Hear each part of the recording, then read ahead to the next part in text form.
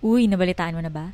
Extended nga ang super crazy sale sa Landers hanggang June 29, 2025. Tara, silipin natin. Yung isa sa dinayo ko dito, yung kanilang Dory buy one take one. 259 pesos, meron ka ng 2 kilograms. Ito nga ang scallop na pagkamahal, naka 50% off, hindi nga ako naniwala kaya ayan, chinek namin yung price, o diba? At itong salmon nila, yung isa sa dinadayo namin dito. Lalo na yung naka 50% off na salmon steak, pero paborito ko talaga yung loin part. Kung napanood nyo nga dun sa aking Wife Life Unfiltered vlog, niluto ko nga yung salmon steak at tinernohan ko ng homemade coleslaw. Sinashare ko rin sometimes yung kilocalories total na kinakain ko. Next, nakasale nga din itong kanilang Butterball Boneless Turkey na talaga namang napakalaki pero hindi tayo niyan bibili dahil baka bulsa natin madali.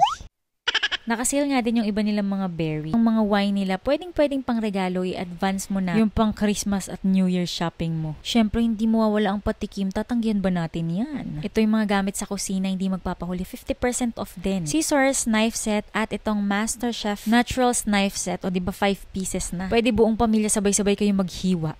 Hindi pa nga ako nalalayo may mga nadagdag na. Itong mga stainless steel kitchen tool set. Naku pa to itong food storage 92 pieces. Tsak matutuwa si nanay, tito at tita. Aba ayan o pang food prep na pwede sa microwave, freezer, and top rack dishwasher. Kaya na nga bang sinasabi ko, talaga namang mabilis tong sinigang cut nila. Kasi kita nyo naman yan, 169 pesos lang. Buti na lang nakabili na kami last week. Mas mura pa nga, 155 pesos lang kasi 50% off that time. Next, itong FC pork pata slice nila. 25% off, 299 pesos per kilogram. Ayan ang dami nilang mga pork cuts, pork steak, at iba pa na hindi ko na lang din na videohan. Pero, check nyo yung mga previous vlogs ko dito sa sale sa Landers. Talaga namang napakadami. Kaya naman dito naman tayo sa gulay section. Alam nyo ba, madalas din silang mag 50% off dito sa kanilang mga produce. Kadalasan tuwing Friday. Pero hindi naman every Friday, rotation yun. Depende sa branch. Ito nga, tuwang-tuwa ako dahil ang dami nilang mga herbs. Naghahanap kasi ako ng cilantro, tsaka ng arugula, pati nga basil na kalimutan ko. Magpo-pho and Vietnamese spring roll naman kasi ako para sa next kong meal prep. Kung napanood nyo nga yung aking vlog last time, nag-share ako ng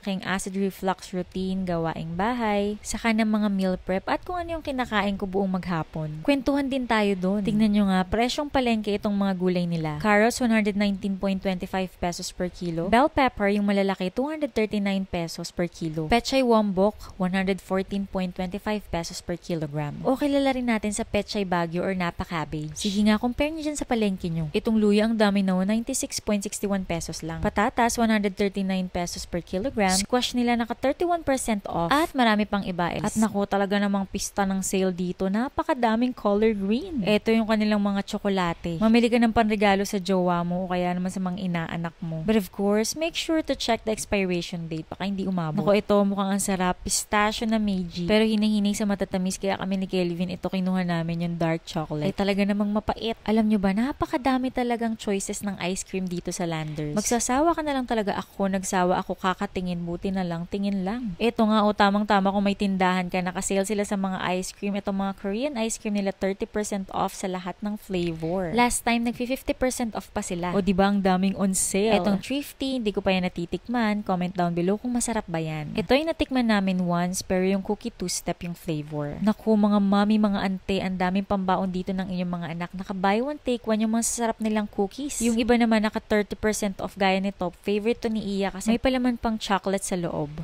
Kung familiar kayo sa Yaoyao, ito yung Nosia nila na sauce kalasa nito. At ang ganda din ng container niyan, talaga namang glass siya. Nakasale sila 137.95 pesos na lang. Ito, budget-friendly na almond milk ng Kirkland. Ito nga yung brand na madalas kong bilhin. Kung napanood mo nga yung vlog ko, sinasama ko yan sa aking blueberry banana smoothie. At itong rolled oats, 20% off sila.